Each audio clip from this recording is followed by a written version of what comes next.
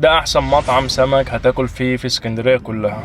ايه ده؟ مين جاب سيرة اسكندرية؟ عايز اقول لك ان ده المطعم الوحيد في لندن اللي هيعيشك جو اسكندرية في اكلات السمك من اول ما تدخل المطعم لحد ما تطلع منه. وخليني اقول لك على اكتر حاجة عجبتني في المكان. اول ما تدخل بتلاقي السمك فريش قدامك، ودي حاجة اول مرة اشوفها في لندن. انت بتختار السمك فريش اللي انت عايزه، وكمان بتختار طريقة التسوية اللي تحبها، اذا كان مشوي مقلي او سنجاري، وهو بياخد السمك اللي انت اخترته ويسويه لك. واحنا اخترنا الطلب ده من المنيو، والاكل بيتقدم لك في صينية. وخليني اقول لك اني كنت متفاجئ من كمية الاكل اللي نزلت. الطلب ده بينزل معاه 4 شوربة، احنا اخترنا ملوخية وكريم سي فود. وكمية الاكل اللي نزلت في الصينية كانت كتير جدا، تقريبا هو عامل سيلكت لكل الاكل اللي في المنيو وبعته لك. بينزل لك مشوي ومقلي ومحمر ومعمر وسلط ورز وطحينة. السمك كان زبدة من جوه وطعمه لذيذ جدا، تجربة تستاهل ان اكررها تاني. احفظ الفيديو ده عندك عشان لما تحب تاكل اكلة سمك بجودة وسعر وكمية كويسة يبقى لازم تروح المكان ده. كان في لندن في منطقة كيلبن، وده اسمه والعنوان. لو بتحب فيديوهات من دي اعمل لي متابعة واستنى الجديد.